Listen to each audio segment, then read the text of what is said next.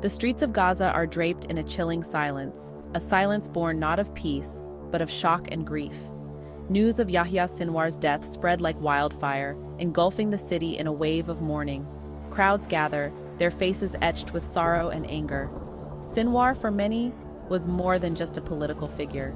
He was a symbol of defiance, a champion of their struggle. His loss cuts deep, a wound that will not easily heal. Black flags, symbols of resistance, now flutter in the wind, a solemn reminder of their fallen leader. The air crackles with tension. The palpable grief could easily ignite, morphing into a fiery demand for vengeance. The coming days will be critical, a delicate dance between mourning and the simmering rage that threatens to boil over. Amidst the mourning, fear casts a long shadow. Sinwar's death marks a turning point, a shift in the balance of power. What will this mean for the people of Gaza? Will it bring more suffering, more conflict? Or could it, by some twist of fate, pave the way for a different future?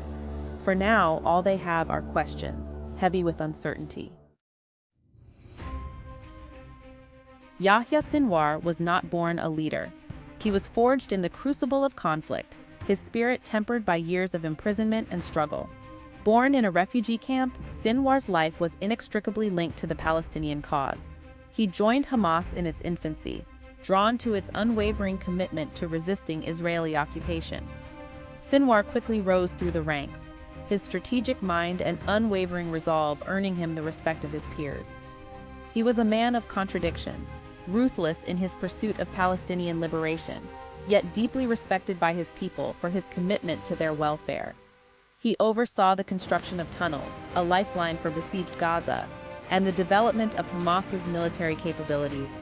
His influence extended far beyond the battlefield. He was a pragmatist, willing to negotiate when necessary, but never compromising on his core principles. He understood the plight of his people, their suffering under the weight of occupation. He was their protector, their voice on the world stage. His leadership was not without its critics. Some accused him of being too militant, too uncompromising. But even his detractors couldn't deny his influence, his ability to rally his people and inspire both fear and admiration in his enemies. The operation to eliminate Sinwar was shrouded in secrecy, a testament to its high stakes and the risks involved.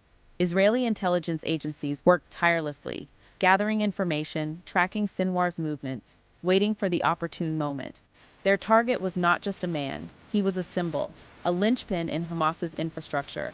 His removal, they calculated, would send shockwaves through the organization, crippling its ability to operate. Details of the operation remain classified, but sources suggest a surgical strike, likely carried out by the Israeli Air Force. The timing was critical. Sinwar was meeting with several high-ranking Hamas officials, making them vulnerable. The strike was precise, minimizing civilian casualties, a key factor in a region already scarred by conflict. The operation was not without risk. Israel knew that Sinwar's death would be met with outrage, potentially triggering a wider conflict. But they deemed the risk acceptable, believing that his removal outweighed the potential consequences. The success of the operation is undeniable. Sinwar is gone, his leadership extinguished. But the true cost of this victory, the ripples of which will be felt for years to come, remains to be seen. Section 4: Echoes of Retaliation, Immediate Reactions and Rising Tensions. The news of Sinwar's death reverberated throughout the region, sparking a wave of reactions. Hamas, reeling from the loss of their leader, vowed swift and decisive retaliation. Their words, laced with grief and rage, sent shivers down the spines of Israelis, many bracing themselves for the inevitable counterstrike. Israeli officials, while refraining from officially confirming their role in the operation, lauded Sinwar's demise as a victory against terrorism. They painted him as a ruthless terrorist, responsible for countless attacks against Israeli civilians. His death, they argued, made the region safer. But beneath the pronouncements of victory, there was a palpable sense of unease. The specter of retaliation loomed large. The Israeli Defense Forces were placed on high alert, anticipating everything from rocket attacks to suicide bombings. The fragile peace that had held for so long now teetered on the brink. The international community watched with bated breath, urging both sides to show restraint. The situation was a powder keg, and one wrong move could ignite a conflagration that no one could control.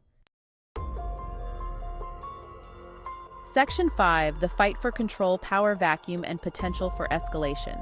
Sinwar's death has created a void within Hamas, a power vacuum that threatens to destabilize the already volatile region.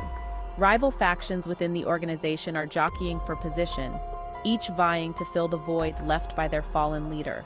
This internal power struggle could have dire consequences. A weakened Hamas, consumed by infighting, could be more prone to rash decisions, more likely to lash out against Israel in a desperate attempt to reassert its authority. The potential for a wider conflict, one that could draw in regional powers, is a chilling possibility. Adding to the uncertainty is the question of who will succeed Sinwar. Will it be eager to avenge his death and continue his confrontational approach?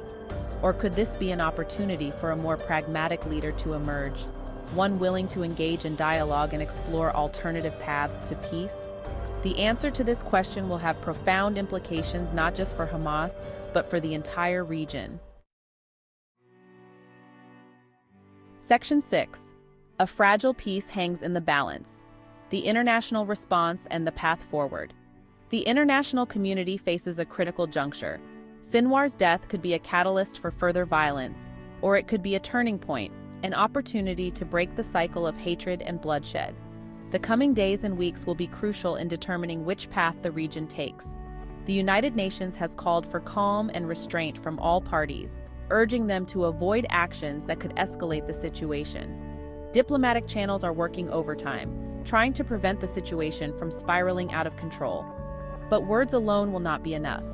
The underlying issues that fuel the conflict, the occupation, the lack of a political horizon, the despair and frustration felt by both Palestinians and Israelis, must be addressed. A lasting peace requires more than just an absence of violence. It requires a fundamental shift in mindset, a recognition of the other's humanity, and a willingness to compromise. Until that happens, the cycle of violence will continue, claiming more lives and shattering more dreams.